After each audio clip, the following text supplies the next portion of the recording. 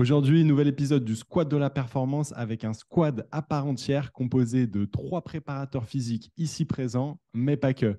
Le Labo RNP enseigne aux professionnels du sport et de la santé comment avoir plus de résultats avec leurs clients grâce à la reprogrammation neuroposturale.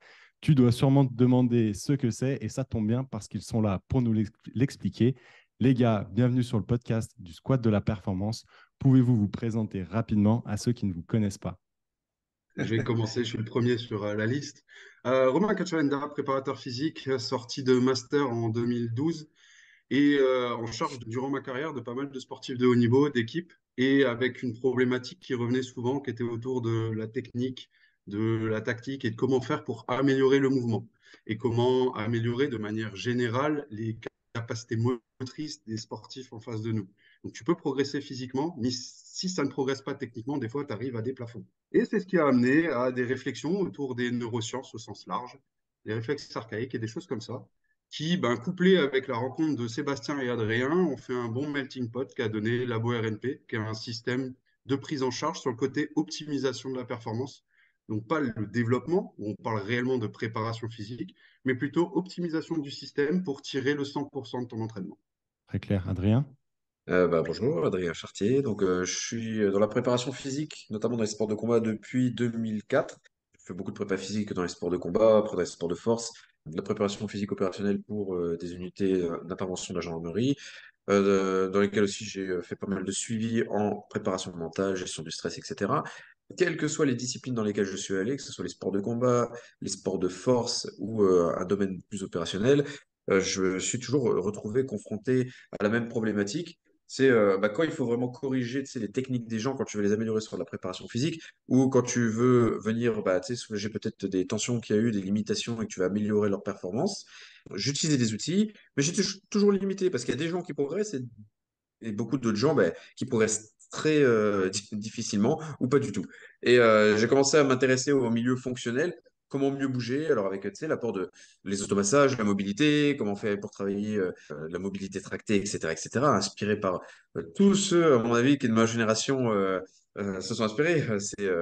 Christophe Cario, tu sais, FMS. Tous ces gens-là que j'ai pu côtoyer, il y a eu Aurélien Broussal aussi, pour ceux qui connaissent. Je me suis rendu compte que il y avait des protocoles, pareils, qui fonctionnaient, beaucoup d'autres un petit peu moins bien et d'autres pas du tout.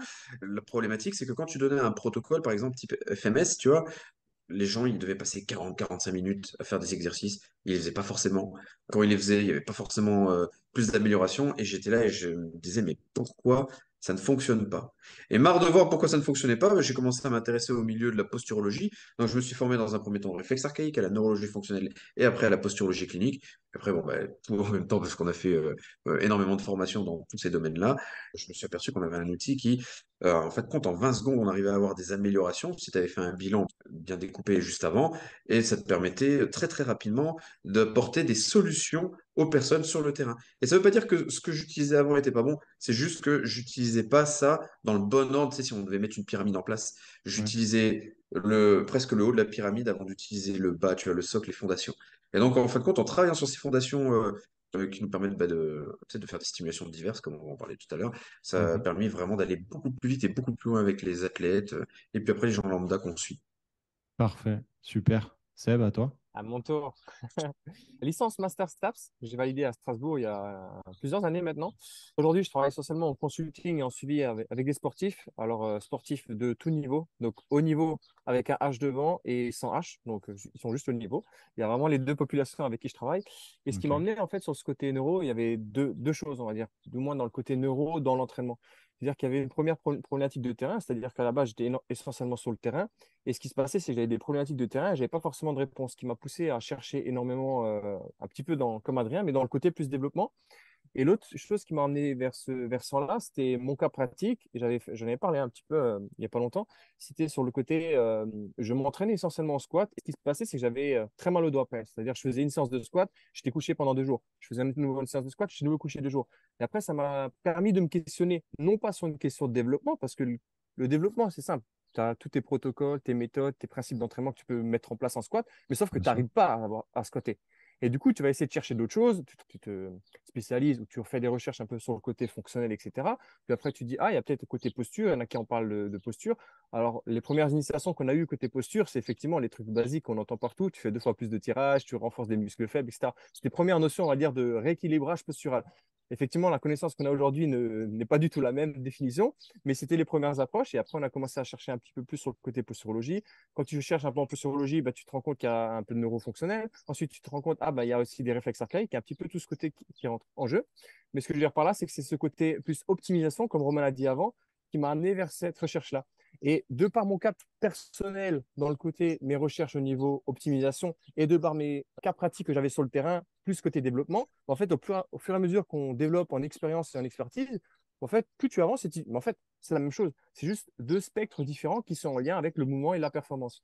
Et c'est ce qui nous a amené aujourd'hui vers le côté RNP, dans le sens où on met en lien ce qui est le côté posturologie, comme on l'entend, réflexe archaïque neuro, en lien avec le mouvement et l'entraînement. Parce que finalement, on parle juste de la même chose sur un spectre qui est un petit peu différent. Le but, c'est améliorer le mouvement ou la performance, que ce soit par l'optimisation ou par le développement. Mais les deux sont indissociables. Ok, très très clair. Finalement, vous êtes tous arrivés par la neuro, par des chemins parfois un peu différents, déjà de par les disciplines que vous avez suivies. Je sais que Romain, tu étais, ou je sais, je ne sais pas si tu l'es toujours, mais dans le football, notamment au Racing Club de Strasbourg, aussi dans l'athlétisme. Vous avez parlé des sports de combat, etc. Finalement, qu'est-ce qui a fait que vous vous êtes associés à un moment donné? Déjà, depuis quand date votre association? Ça date Alors, de décembre 2020. Et après, on mais se on connaissait avant. discute depuis longtemps, ouais. On En échangeait fait, beaucoup sur nos cas. C'est toujours sympa, tu sais, d'avoir l'avis de plusieurs collègues. Et surtout quand tu as des trucs, tu sais, qui sortent de l'ordinaire. Donc on échangeait, on se disait, ah, tiens, comment tu bosses? Ah ouais, t'as eu ça, etc. Trop bien. Cette réunion, tu sais, qu'on fait là, en fait, aujourd'hui avec toi, c'est quelque chose bah, que nous, on fait depuis longtemps avec plein de gens, en fin de compte, qui sont formés un petit peu dans notre milieu. On fait ça aussi avec Clément Sirier, tu sais, qui est au Canada, est très connu aussi un petit peu là, dans tout ce qui est application de la neurologie avec les enfants. Et à un moment, bah, tu sais, il y avait le Covid. Et on s'est dit, ah les gars, ça vous intéresserait pas de se réunir pour proposer des bilans en ligne, tu vois, finalement, parce que c'était un petit peu ça l'objectif à la base de Labo Reprogrammation Neuroposturale. Voilà, on a fait un premier webinaire, il y avait plus de 500 inscrits sur ce webinaire. Le webinaire, il a bugué au bout de 10 minutes, même pas 10 minutes, hein, on a eu le temps de poser une question, et la question c'était, pourquoi vous êtes là ce soir? Les gens, ils ont tous répondu, on veut une formation, on veut une formation, on veut une formation. Et bam, le webinaire, il a coupé. Et nous, on s'est dit, mince, on est venu leur proposer des bilans, mais ils ne cherchent pas ça du tout. Donc voilà, on a fait un contre-pied. Bon, je crois que cette nuit-là, c'est la nuit où Seb il s'est endormi le plus tard. C'est d'habitude, Seb dort très tôt. Je crois que jusqu'à 2 heures ou 3 heures du matin, on a posé un sommaire de formation. Le lendemain, on s'est réunis, on a fait une réunion, on a dit, OK, qu'est-ce qu'on aurait aimé nous avoir comme formation, tu sais, et qui regroupe tout? Parce qu'en fin de compte, tu sais, quand toi tu traites quelqu'un, tu as besoin de toutes les informations. Tu n'as pas 10 ans à perdre comme nous on a fait, tu vois, pour aller te former à gauche à droite. Tu n'as pas 100 000 euros à poser sur la table pour faire toutes les formations que nous trois on a réunies. Parce que chacun, on a fait plusieurs dizaines, j'ai même plus d'une centaine de formations, tu sais, dans les domaines qu'on a maintenant en expertise. Et donc voilà, on a dit, il faut que les gens, ils aient cette formation qui leur donne tout et qu'ils arrêtent de devoir courir partout, tu sais, pour chercher des solutions. Parce que quand tu as quelqu'un qui vient te voir, un client, il faut que tu aies une réponse immédiate. Et donc voilà, on a posé toutes les lignes et on a dit, bon ben, feu, on va voir si ça match. Et puis en fait, quand tu vois, ça fait 2 ans et demi qu'on existe et puis Je vois. chaque année, on a de plus en plus d'élèves et parce qu'on essaie d'avoir vraiment un apport pédagogique très qualitatif. Tu vois, on se remet tout le temps en question.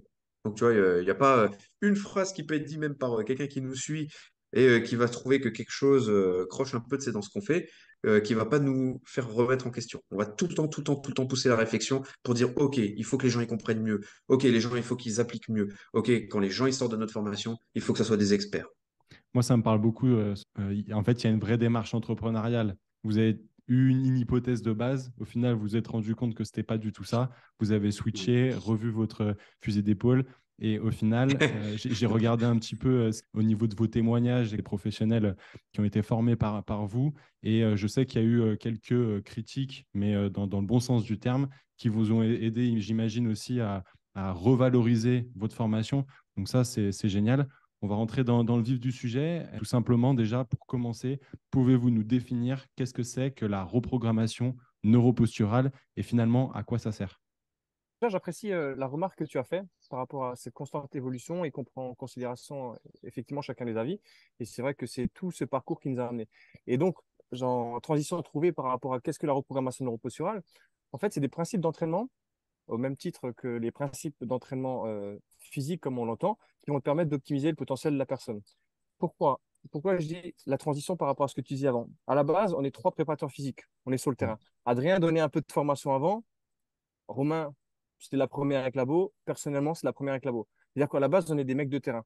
Et c'est des problématiques de terrain qui nous a amené à cette réflexion de fond de comment optimiser le potentiel de la personne et avoir des résultats concrets sur le terrain. Et donc, par rapport à qu'est-ce que la reprogrammation neuroposturale, c'est en fait c'est un système d'entraînement, des principes d'entraînement que tout professionnel qui s'intéresse au mouvement peut appliquer. Je ne dis pas qui devrait, mais peut appliquer s'il en voit l'utilité, de sorte à optimiser le potentiel de la personne. Par exemple, tu peux rouler avec la voiture, faire 1 kilomètre. Mais par contre, tu peux rouler avec le frein à main desserré ou avec le frein à main enclenché. Tu peux y arriver, il n'y a pas de problème. Mais par contre, c'est quand même mieux de rouler avec le frein à main enlevé. C'est un peu le but de RNP, c'est enlever le frein à main. Parfait. J'aimerais qu'on commence très gentiment par poser quelques bases. Tous les sportifs parlent de proprioception. Je pense que n'importe qui a entendu ce mot-là, mais finalement, sans véritablement savoir de quoi il s'agit, et souvent même avec grosse confusion. Ce petit aparté, je pense qu'il y a aussi pas mal de professionnels du sport et de la santé qui font aussi la confusion. Finalement, pour vous qui êtes vraiment calés sur le sujet, pouvez-vous nous dire ce que c'est? Ouais, carrément. Et ce qui serait intéressant, ça serait de stopper juste pendant 10 secondes l'écoute de ce podcast et peut-être de noter sur une feuille qu'est-ce que c'est la proprio pour vous. Ça peut être intéressant. Prenez le temps ou mettez pause et qu'est-ce que c'est la proprio pour vous. Et là, on va faire une définition qui est vulgarisée, mais en gros, la proprio, c'est la conscience de ton corps dans l'espace et dans le temps. Pour avoir cette conscience, tu as besoin de récepteurs. On parle de proprio-récepteurs, mais on peut également parler de somesthésie au sens large. La somesthésie, là-dedans, on a les récepteurs au niveau musculaire, on a également les récepteurs au niveau articulaire, et là où certaines méthodes ou principes comme les rotations articulaires contrôlées, les choses comme ça, mettent la part belle sur la proprioception articulaire, avec tout ce qui est Pacini, Ruffini, Golgi. On a aussi tout ce qui est musculaire, avec les fuseaux neuromusculaires, adaptation rapide, lente, mais on a aussi tout ce qui est cutané. Et ce qui est intéressant quand on parle de proprioception, c'est que si on veut pousser le trait très loin, on peut aller jusqu'à 12 tests autour d'une articulation. Et que, Pacini, d'un point de vue cutané, c'est pas la même fréquence de vibration au niveau de la peau que Messner, par exemple. Donc, c'est deux tests différents. Et ce qu'on va faire au travers de la proprioception, c'est d'aller tester les voies ascendantes, etc. Et ça va être très intéressant pour RNP parce que c'est une des grandes entrées qui nous permet d'aller moduler la boucle sensorimotrice.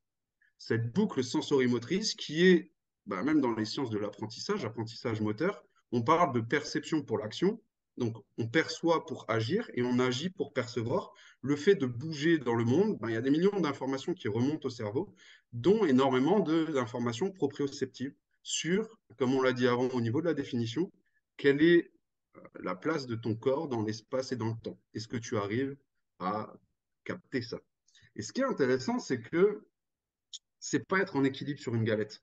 Oui, bien évidemment que la proprioception rentre en ligne de compte.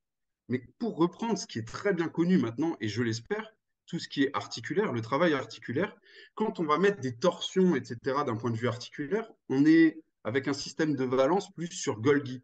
Mais par contre, quand on va mettre une compression, et là, on en revient à Kelly Starrett. Je ne sais pas si vous vous rappelez Kelly Starrett, où il mettait beaucoup de voodoo floss et des bandes, etc. Quelque part, on est aussi sur de la proprio. Et on est sur Ruffini avec un système de valence.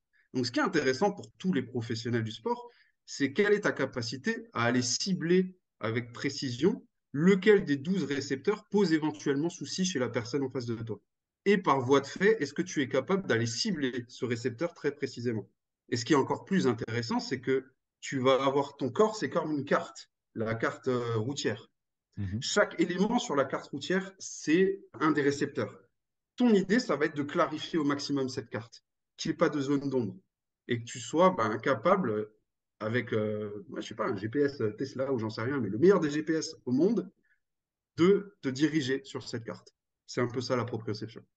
C'est très clair et je vois que vous maîtrisez les codes de la formation parce que déjà, il y a pas mal de métaphores. Donc ça, c'est Ouais. top.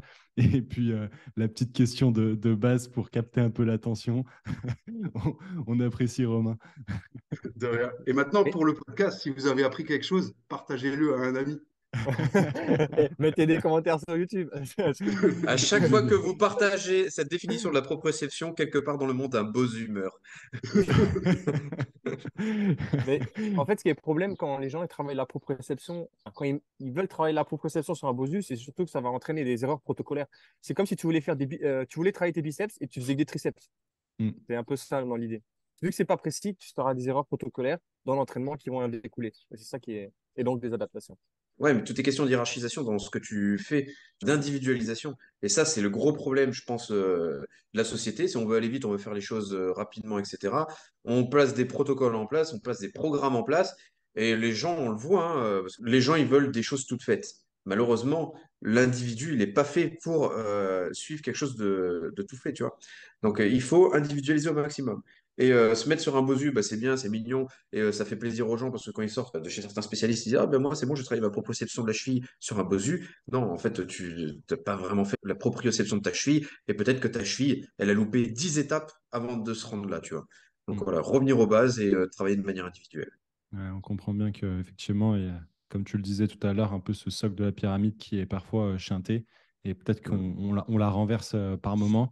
Est-ce que finalement, il y a des différences de prise en charge par rapport à votre domaine en reprogrammation neuroposturale en fonction d'une période d'entraînement avec un sportif sain qui s'entraîne et qui est sur le terrain, ou plutôt sur une phase de réathlétisation lors d'une phase de blessure? Et si oui, lesquelles? J'ai un mode de fonctionnement où ouais, il y a des différences sensibles et notables qui sont en fait les mêmes différences que tu retrouves sur une programmation d'entraînement. À Mhm. savoir que tes points faibles, oui, tu vas forcément les bosser beaucoup plus du côté PPG qu'en saison vraiment et pendant le picking par exemple, où tu vas vraiment jouer sur les points forts.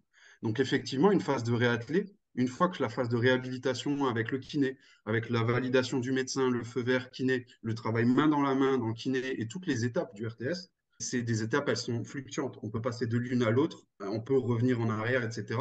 Et on va pouvoir, au testing, aller valider certaines étapes et aller avancer de manière peut-être plus précise sur certains points. Ça, c'est un fait. Et peut-être que là, à ce moment-là, on va vraiment prendre en compte tout ce qui est optimisation du potentiel. Pendant la phase de PPG, même principe. Si on est sensibilisé à ça, c'est facile de mettre en place des choses assez simples sur de l'unilatéral vs bilatéral, sur de l'isométrie bien ciblée sur certains groupes musculaires en lien avec les boucles sensorimotrices qui nous intéressent, etc.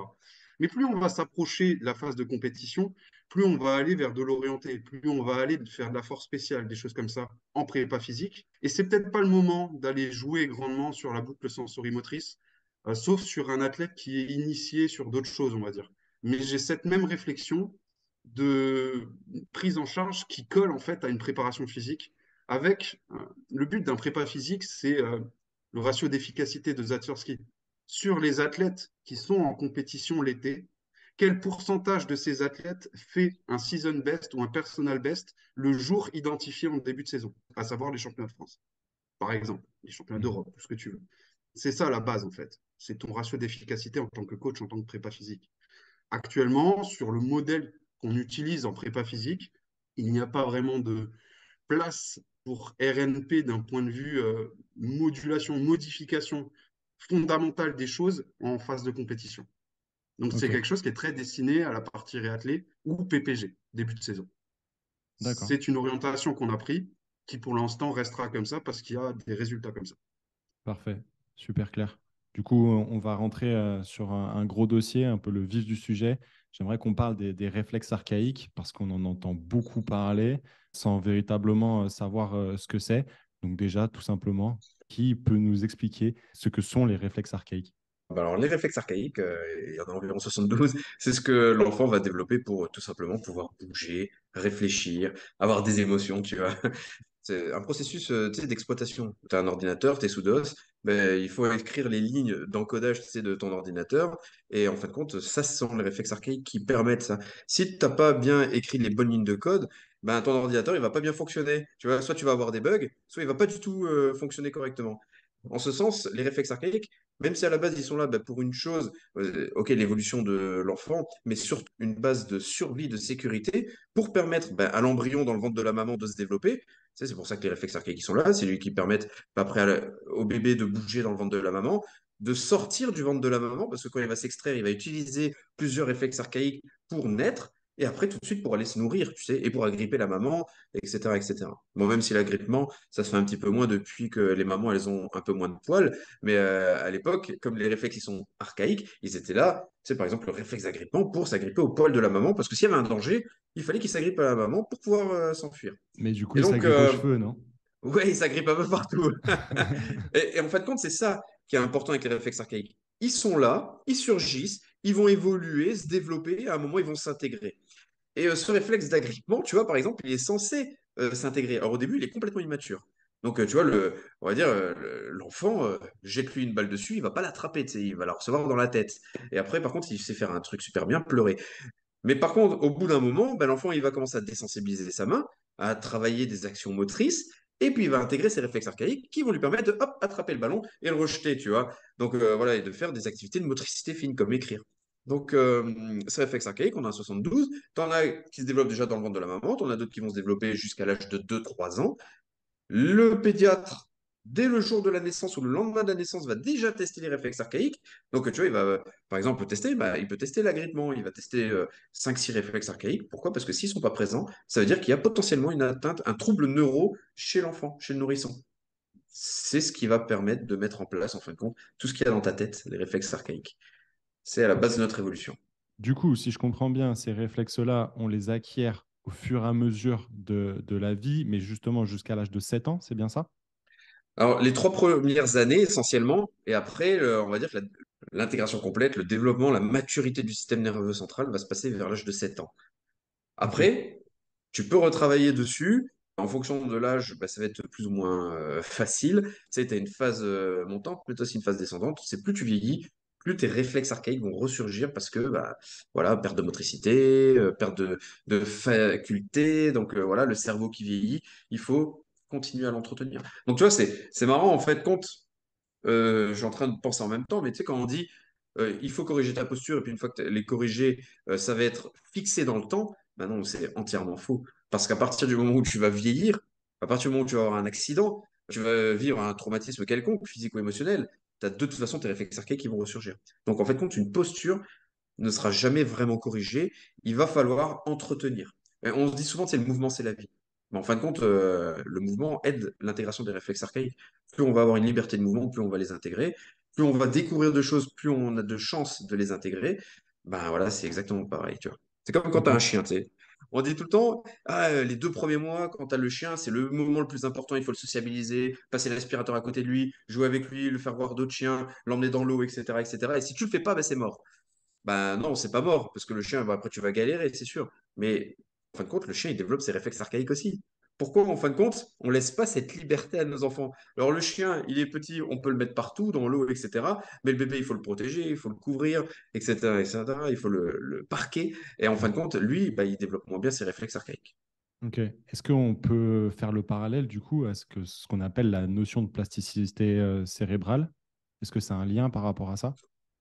Ouais, complètement. Mais la plasticité cérébrale, et c'est ça aussi qui est beau avec l'évolution. Il y a 20 ans, on disait, il n'y a pas de plasticité cérébrale. Tu sais, au bout d'un moment, tu perds tes neurones et puis voilà, c'est fini, tu vois. Maintenant, on sait que le cerveau, tu peux le travailler à tout âge. La preuve en est, là encore hier, j'avais en consultation une mamie qui a eu un AVC et je donnais, bah, tu vois, je faisais encore de l'échange de cas avec mes camarades où je leur dis, ouais, la première fois que je la vois, la dame, elle a le bras comme ça.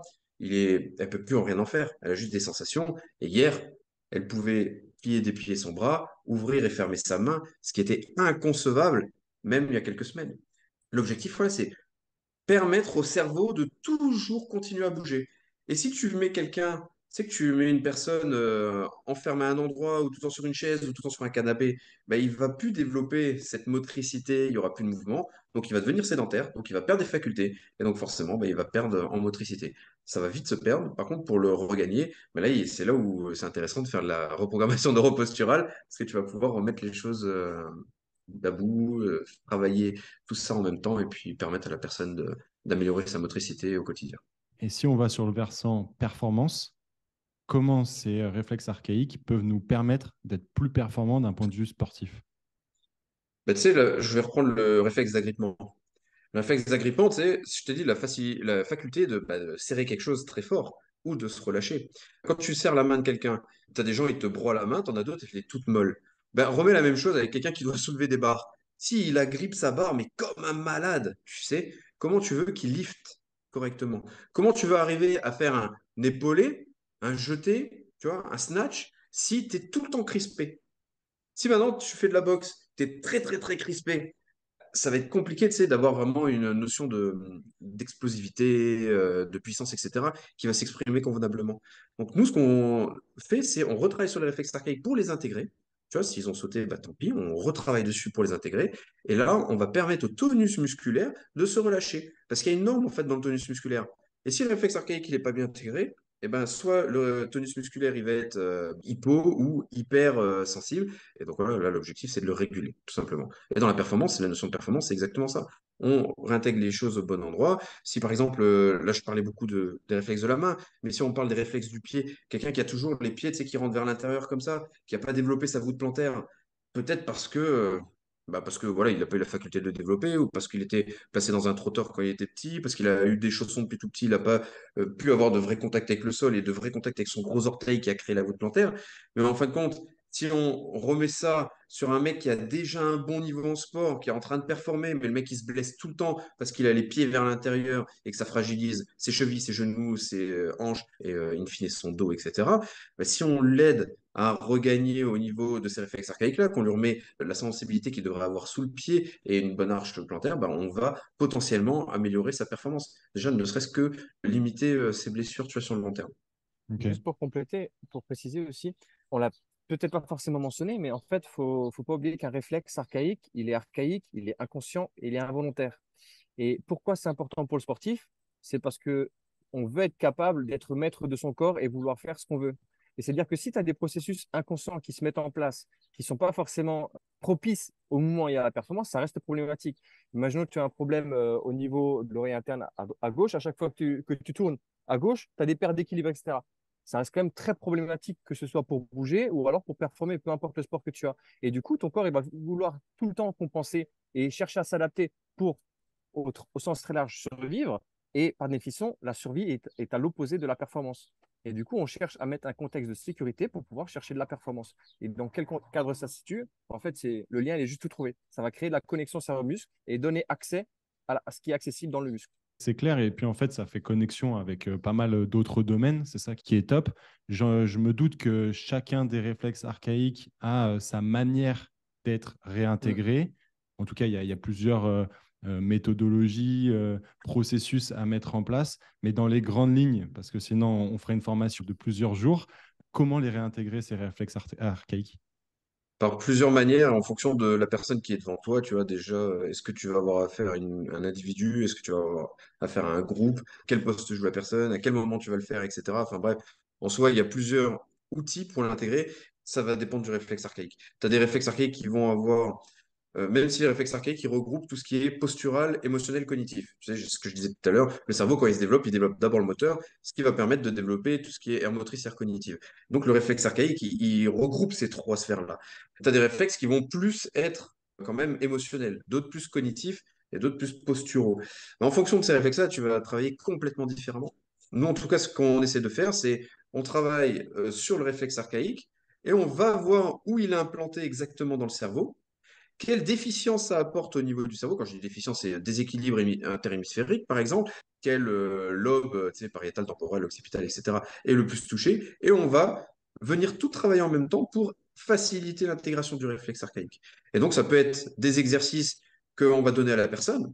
Des fois, c'est des exercices tout simples. Tu sais, les gens, ils nous regardent, ils disent, mais attends, ça va rien faire. Tu sais, tu me fais faire un 8 avec une balle et je dois la suivre. Qu'est-ce que tu veux que ça me fasse? En fin de compte, tu travailles un réflexe archaïque en redonnant les stimulations que le bébé il faisait tout simplement dès le début d'une manière logique. Après, tu as des intégrations qu'on appelle isométriques qui vont te permettre bah, là, de travailler. C'est comme un petit peu de l'isométrie, un petit peu de l'isométro-overcoming, tu vois, sauf que tu mets vraiment pas de force, tu viens travailler dessus. Et après, tu as d'autres techniques qui vont venir en fonction du réflexe. On utilise aussi tout ce qui est technique de préparation mentale, tu sais, de la visualisation, de la relaxation, de la cohérence cardiaque. Parce que voilà, si quelqu'un a un tonus trop élevé, au niveau de tonus musculaire, bah, il va falloir aussi diminuer ce tonus musculaire. Si ton tonus musculaire il est trop élevé, que la personne elle est trop haute parce que son réflexe il est hyper prononcé, tout le temps crispé, le mec, etc., tendu, bah, comment tu vas réintégrer quelque chose? Le réflexe archaïque, il ne pourra pas s'intégrer si la personne est tendue. Donc on va travailler là-dessus et puis après on va intégrer le réflexe. Donc Ouais, c'est voilà, vrai. c'est plein d'outils en fait. On a toute une boîte à outils, on essaie d'utiliser les outils les plus propices au bon moment. En fonction de la personne, etc. Puis vous avez parlé d'émotionnel, je trouve ça assez intéressant parce que ça fait le lien du coup avec de la préparation mentale. C'est vrai que j'ai interviewé deux préparateurs mentaux ici, avec Adrien Cabon et Salia de Ananda Life. Est-ce que c'est des choses que vous faites d'échanger avec des prépas mentaux? Bah, du coup, je suis moi-même préparateur mental.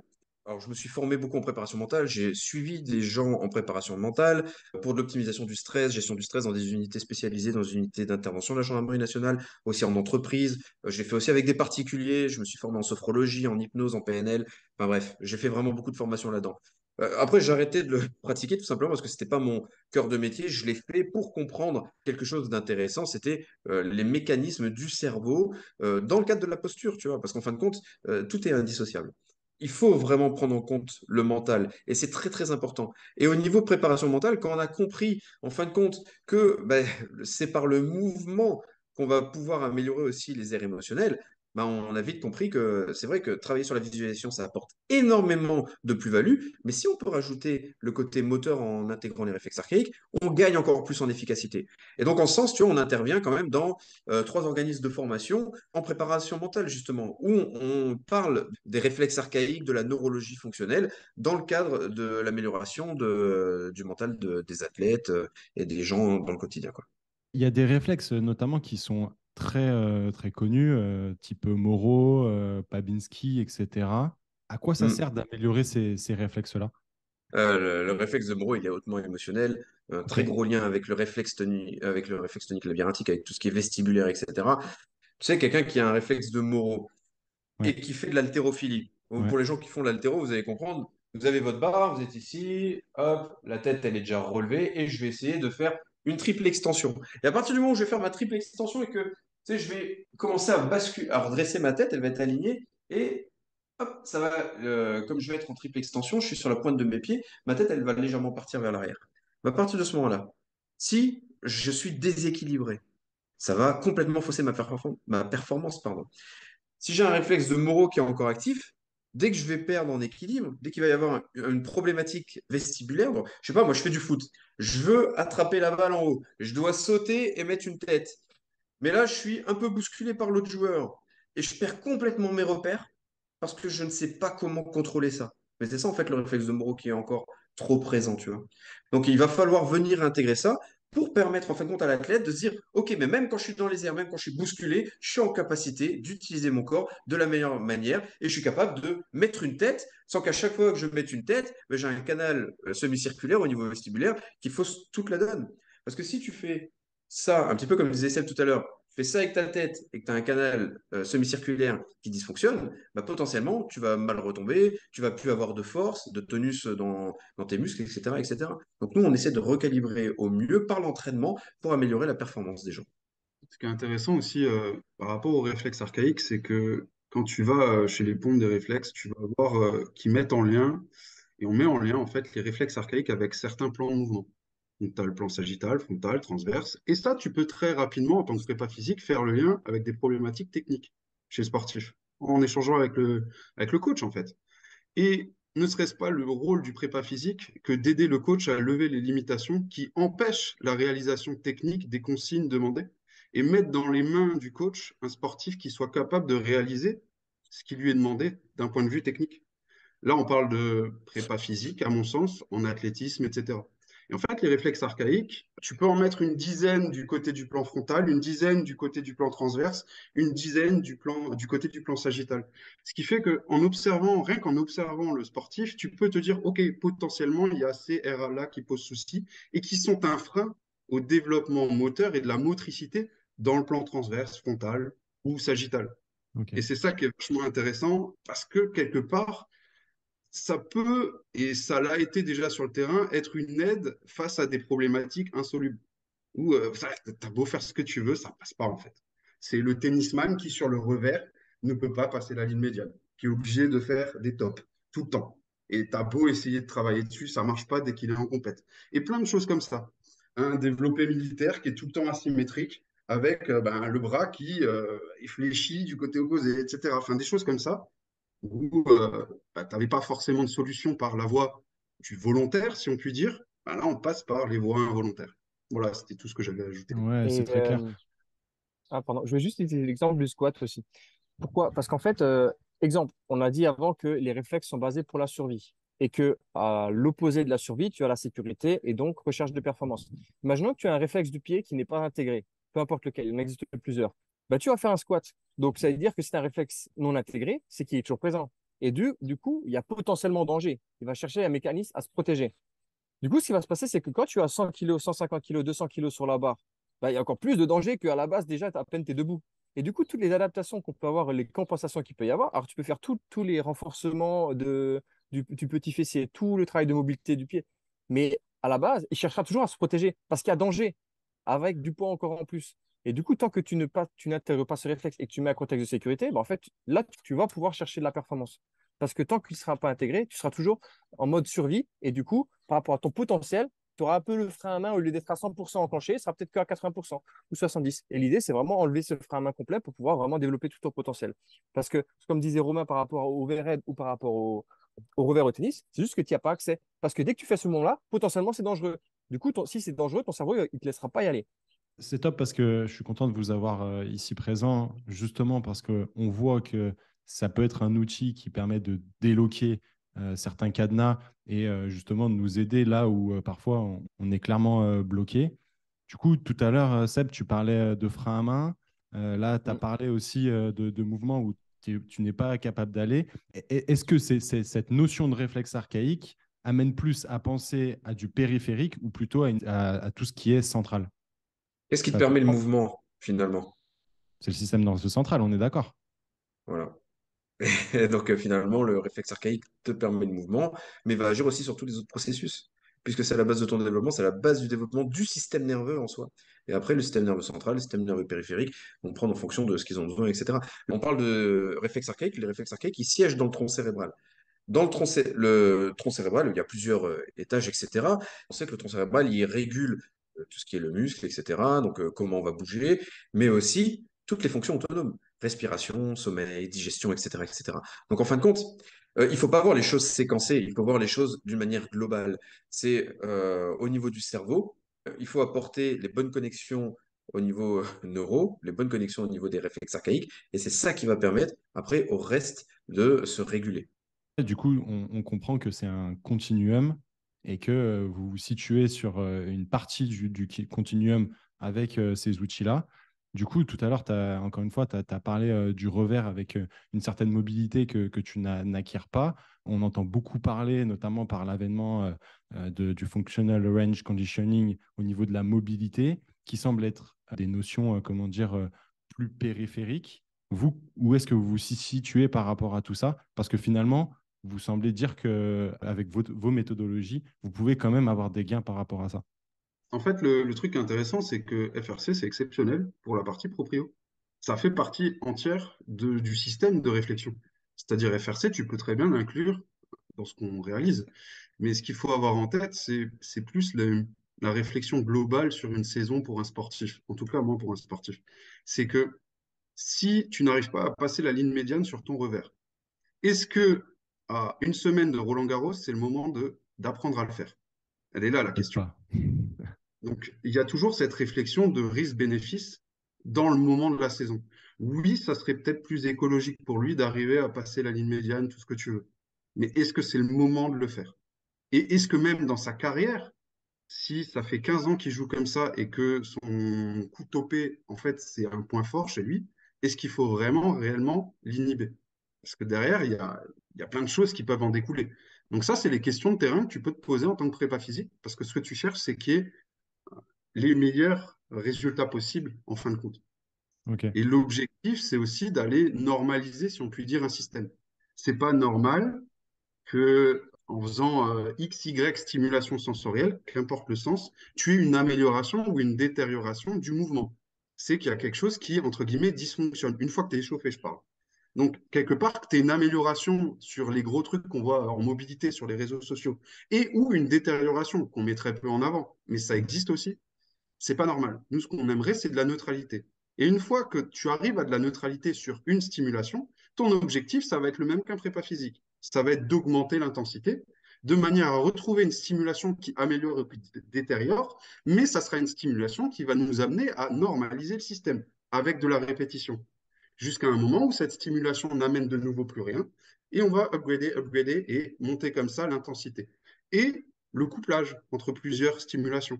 Et c'est ce qui va nous permettre, in fine, d'arriver le plus proche possible du 100% de potentiel. Ok. Donc la proprio, l'articulaire, en fait partie. Mais après, ça serait le même délire que si tu prends une vision vraiment juste mécanique. Est-ce qu'un sprinter a besoin de dorsiflexion? On veut avant tout de la raideur au niveau de la cheville pour que ça Ouais, renvoie. ouais. Donc, aller travailler de la mobie en dorsiflexion, quelque part, c'est antagoniste à la performance en sprint. Donc, Sauf quelque sur ta part, partie sauf sur ta partie d'accélération. ouais, et encore, il faudrait regarder sur les angles, mais est-ce que ça fait vraiment sens alors de travailler sur une angulation complète en squat, sachant que quelque part, c'est pas ça dont il a besoin. Mhm. Donc, il y a peut-être moyen de faire sur des fentes, des choses comme ça, en phase de PPG. Et c'est toutes ces réflexions-là, ou même d'un point de vue mécanique, oui, on te dit qu'il faut savoir squatter cul par terre. Mais peut-être que pour un sprinter, ben, aller chercher le côté raider s'il est capable et ne pas aller squatter cul par terre, ben, ça fait plus sens pour l'amener à haut niveau. Mm. Je ne Ouais, dis pas que ouais. c'est un fait, hein. Voir peut-être plus large et plus mettre d'autres choses dans la balance. Ben, RNP, ça s'inscrit un peu là-dedans. Justement, j'aimerais, sur cette prochaine question, me faire un peu l'avocat du diable. Sur les réseaux sociaux, on voit beaucoup des vidéos de vous ou même de personnes dans votre domaine qui ont des changements avec leurs clients assez flagrants, des résultats Mhm. qui peuvent véritablement être bluffants finalement en peu de temps. Tu as parlé par exemple de Roland Garros, où peut-être que tu peux avoir justement des super résultats une semaine avant la compétition. On le voit aussi notamment sur des tests en fait, assez simples, hein, où on va demander en fait, à la personne de toucher le sol et de mesurer Mhm. la distance doigt-sol. Visiblement, en très peu de temps, on peut avoir des gains. Qu'est-ce qui garantit finalement les gains sur le long terme? C'est comme l'entraînement. La fréquence de qualité pour la neuroplasticité. Et ça, ben, on va devoir trouver ben, quel est le système qui pose souci, entre guillemets, grand système, par un arbre décisionnel, quel est l'exercice et la dose, intensité, on va dire, volume, qui te correspond à un moment T. Tu vas travailler dessus, c'est ce qui va te permettre de normaliser. Normaliser, normalement, si tu fais un travail de, par exemple, de RVO à droite, donc je fixe la mine du stylo et je tourne, donc réflexe vestibulo-oculaire, on ne devrait pas avoir d'amélioration d'output. Un output, c'est par exemple toucher les orteils. Si tu as une amélioration ou même si tu as une détérioration en faisant cet exercice-là, c'est pas normal. Donc on va étalonner le volume et l'intensité qui te permet d'avoir une amélioration à un moment T. Tu vas répéter ça dans le temps pendant 2, 3, 4, 6 semaines, jusqu'à ce que quand tu réalises ce mouvement, il n'y ait plus d'amélioration d'output, qu'il n'y ait plus d'amélioration de la boucle sensorimotrice. Quand il n'y a plus d'amélioration, ça veut dire qu'on a normalisé à cette intensité-là. C'est comme si tu avais validé ton palier à 100 kg en squat. Ben, à un moment donné, il va falloir augmenter l'intensité pour continuer d'avoir des adaptations sur ce système-là et intégrer ce système-là dans la boucle complète sensorimotrice. Pour ce faire, c'est assez simple. Ou en squat, tu passes à 120 kg ou 105 et tu as la surcharge progressive. Ben, sur RNP et sur l'aspect performance autour de la boucle sensorimotrice, c'est le même principe. On va ajouter un métronome. On va être sur une base d'appui plus fine sur le travail vestibulaire. Et on va avoir plein de manières de faire progresser les exercices. Et par test-retest, on va trouver le juste niveau d'intensité qui permet de nouveau d'améliorer la boucle sensorimotrice, ce qui n'est pas normal. Et c'est ce qu'on veut normaliser. L'athlète va travailler dessus jusqu'à ce que ça soit normalisé, puis on va remonter l'intensité. Jusqu'à arriver à un moment où on va, au lieu de partir de l'individu et des systèmes à normaliser, on va pouvoir partir de la tâche à réaliser. Un surfeur n'a pas la même demande d'un point de vue vestibulaire qu'un footballeur. Mhm. Et à ce moment-là, on va réfléchir aux entrées sensorielles, à la boucle sensorimotrice et à la boucle perception-action. New World, toutes ces choses-là, tout ce qui va concerner Bosch, Franz Bosch, des choses comme ça. Et on va réfléchir plutôt par la tâche et on va venir stimuler les entrées sensorielles au-delà de ce qui est demandé dans le sport pour que quand tu pratiques ton sport en compétition, ça soit plus simple que l'entraînement, avec une réflexion toute simple de prépa physique, mais qui s'intéresse plus particulièrement aux entrées sensorielles. Et en fait, RNP, c'est juste ça. Donc la progression, elle se fait toute seule. Elle nécessite juste du test-retest. Effectivement, ce n'est pas un protocole tout fait, ligne droite, où tu fais tous ces exercices-là, ensuite cela, ensuite cela, et au bout de 12 mois, ben, tu as tout réintégré. Non, nous, ça ne marche pas comme ça. On cherche à avoir la réflexion d'un prépa physique de terrain avec une mise en place au fur et à mesure d'un plan. Et somme toute la même chose qu'un plan de préparation physique dans la théorie, dans la réflexion qu'il y a derrière. En fait, si je comprends bien, ça permet une certaine ouverture sensorielle, ça permet de lever certaines contraintes, notamment, comme vous disiez tout à l'heure, sur la libération du frein à main. Est-ce que finalement, pour revenir sur un domaine comme FRC, est-ce que ça pourrait être intéressant, dès qu'on a ouvert certaines choses chez la personne, d'implémenter quelque chose de plus, comment dire, plus périphérique, plus mettre Carrément. de contraintes sur les tissus Carrément. et d'exprimer de la force dans une angulation qu'on a gagnée par cette voie sensorielle. Carrément. Et c'est là où c'est intéressant, c'est que oui, peut-être que tu as gagné comme ça, mais tu n'as pas travaillé longtemps pour le gagner. Et fais attention parce que on parlait avant de Roland Garros, etc. Mais imagine là, on parlait de toe touch, touché par terre. Imagine, tu gagnes 10 centimètres sur ton squat d'un coup. Et que ce que tu avais prévu, c'était une séance de triplé, montée en triplé. Ben ouais, tu auras peut-être plus d'amplitude, mais tu l'as pas gagné cette amplitude. Et tout le cycle que tu as fait précédemment, qui te préparait à ton triplé en squat, tu l'as pas fait avec cette amplitude-là. Est-ce que c'est réellement une bonne idée de placer ces stimulations sensorielles-là et de libérer ce potentiel à ce moment-là? Je suis pas certain. Et Ouais. c'est là où il y a toute cette réflexion de prépa physique. Mais ce que je trouve cool, malgré tout, avec cette approche, je pense que c'est que vous avez une adhérence et finalement Mhm. un gain de confiance assez rapide, j'imagine, avec l'athlète, qui permet de Ouais. se dire, il y a une démarche qui peut paraître, je mets des grosses guillemets, Mhm. passif, et du coup, qui, comme tu l'as dit, hein, qui demande de peu d'efforts, en tout cas dans un premier temps, d'avoir des gains rapides, et derrière, je pense, de capter l'attention du sportif. C'est en fait, c'est pour ça que quand j'ai expliqué un peu mon parcours, ce qui est intéressant, c'est que j'avais évoqué le côté développement et le côté optimisation et que les deux faisaient un. Et c'est ça qui est intéressant avec le côté FRC où l'idée est, une fois que tu as déverrouillé le frein à main, encore une fois, pour utiliser cette expression, tu vas pouvoir travailler dessus. Alors, on va l'utiliser FRC, donc c'est bien que tu utilises l'exemple parce que franchement, c'est un concept qu'on apprécie beaucoup, qu'on utilise. Mais si on devait prendre le parallèle maintenant plus, par exemple, au squat, si tu t'entraînes avec un frein à main, imaginons tu as 100 kilos, mais que tu as le frein à main débloqué et tu as 105 kilos à ton max, ben, tu auras plus d'adaptation de gain de force quand tu t'entraînes à 105 qu'à 100 kilos. Mais par contre, à la fin, tu t'entraînes quand même en squat. Ben, au niveau de l'amplitude articulaire, ben, c'est la même chose. C'est-à-dire que tu travailles sur une amplitude max qui est comme ça ou qui est comme ça. Ben, tu utilises ton travail neuro, entre guillemets, pour déverrouiller et donner accès à cette articulation. Donc, tu travailles sur ça et donc tu peux aller plus loin. Et c'est pour ça que les deux se combinent juste parfaitement et il n'y a aucune logique à les dissocier parce qu'une fois que tu as optimisé, après, il y a du développement à faire.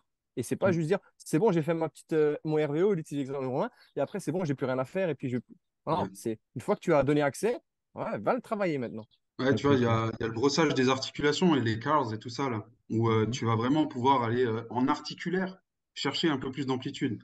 Mais si derrière, tu vas pas faire, comme tu l'as dit avant, ton ramp-up et vraiment tes pulse raise, comme ils disent, mais il y avait d'autres méthodes avant, comme crack et tout ça, mais Ouais, faire vraiment absolument. ton renfort sur la grande amplitude, bah, en fait, tu loupes quelque chose. Bah, Ouais. quelque part, jusqu'à preuve du contraire, une entrée sensorielle va pas t'aider à gagner en force sur grande amplitude.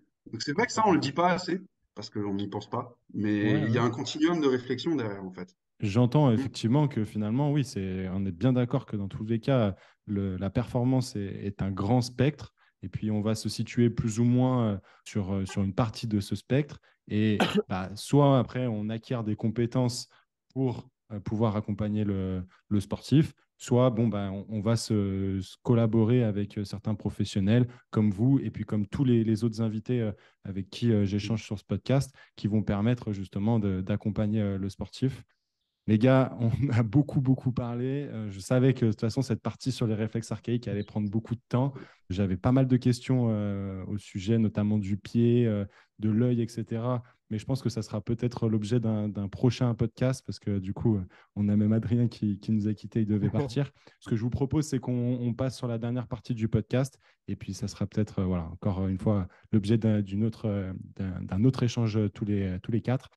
Est-ce que voilà, vous pouvez nous dire comment vous voyez l'évolution de la performance en France d'ici une dizaine d'années? La performance, elle sera inclusive, multifactorielle et ça sera vraiment une réflexion collégiale autour d'un élément central qu'est le sportif et ou l'équipe. Ouais, je partage bien ton avis. Ça me paraît très clair. Seb, tu veux rajouter quelque chose? J'allais dire plus ou moins pareil, mais avec mes mots, mais je préfère, on va garder celle de Romain parce que c'était bien expliqué. Parfait. Quel est finalement, si vous deviez en donner qu'un seul, donc là c'est très dur, mais si vous deviez donner qu'un seul conseil à un sportif, quel serait-il? Tiens à jour ton carnet d'entraînement. C'est le meilleur des livres sur la préparation physique qui puisse exister. J'adore. C'est simple. Si tu n'as pas de carnet d'entraînement, regarde, alors je viens d'atteler, tu vas regarder la Diamond League, il y a une bonne pelletée d'athlètes, ils sont en train d'écrire dans leur carnet d'entraînement pendant le concours de Diamond League, voire juste après. C'est pas pour rien.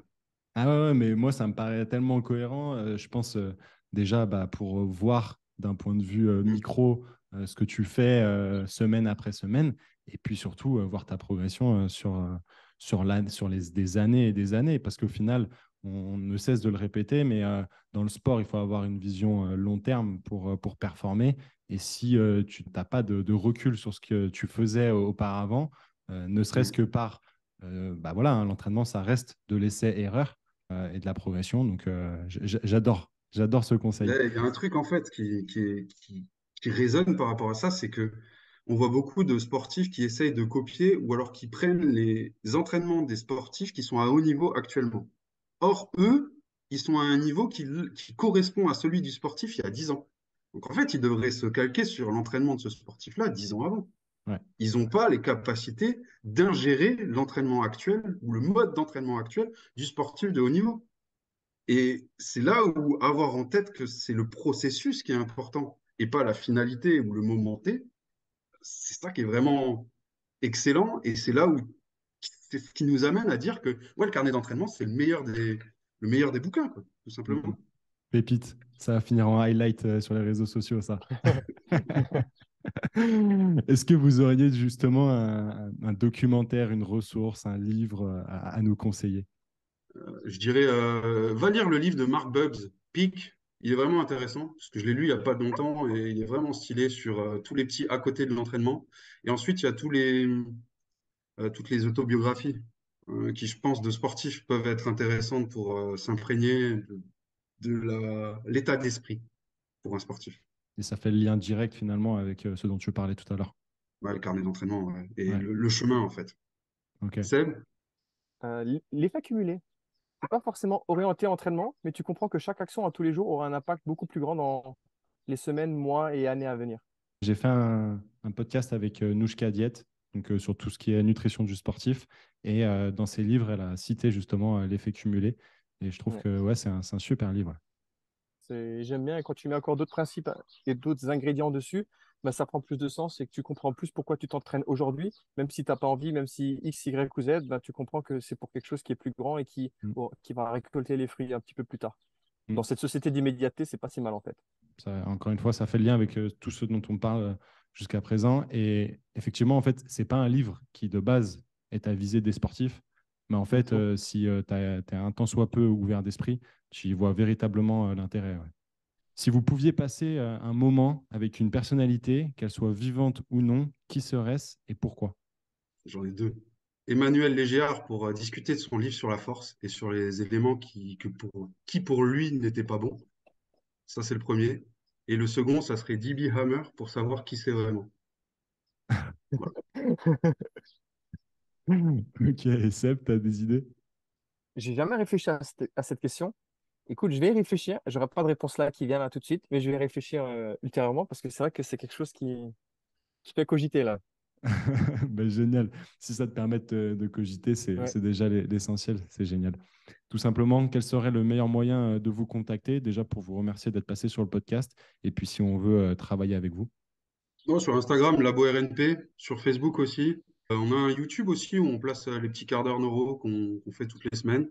Et après, il y a le site internet formation labornp-labornp.com. Enfin, vous retrouvez tout ça en partant de notre Instagram, c'est plus simple. Parfait. Bah, je mettrai bien évidemment tout ça en lien dans la description. On va passer à la dernière question, la question passe décisive. Qui aimeriez-vous entendre passer au micro du squat de la performance? Jérôme Simian, ça serait cool. Je me souviens des podcasts que j'avais fait pendant la Covid. J'ai beaucoup aimé celui de Florent Lourigné, qui était vraiment intéressant, qui est préparateur physique en Suisse. En Dans le Suisse. ski, ouais. Ouais, c'est ça. Et j'ai beaucoup apprécié. Très bel échange. Donc, je pense que ça peut être intéressant. Olivier Poli aussi. Ouais. Le Rimier, je ne vais pas te mentir, je l'avais déjà noté sur ma liste, donc c'est très bien Ah, que ok, tu lui bah, fasses une passe décisive. On lui enverra c'est le ça. podcast. Génial. Bah, les gars, tout simplement, je vous laisse le mot de la fin. Merci à tous et belle perf. C'est les la voix. Telle est la voix. On Merci se refait la beaucoup, Max. référence. Merci, c'était Bon, vraiment cool. Merci à toi. ouais, non, franchement, j'ai pris un gros plaisir. Déjà, je comprends davantage avec cette conversation que je sais que je ne sais pas. Véritablement, je crois que ça accroît mon humilité sur l'entraînement. Et puis finalement aussi, bah, ma soif d'apprendre déjà d'autrui par rapport à tous mes podcasts. Et puis aussi bah, pour aller me former. Donc merci les gars pour ce bel épisode. Et à toi qui nous as écoutés jusqu'au bout. Faites-moi péter les partages hein, pour cet épisode et le 5 étoiles sur votre plateforme de podcast préférée. Nous, on se retrouve mercredi prochain, 18h. D'ici là, je te souhaite de prendre un maximum de plaisir dans ton sport. Force!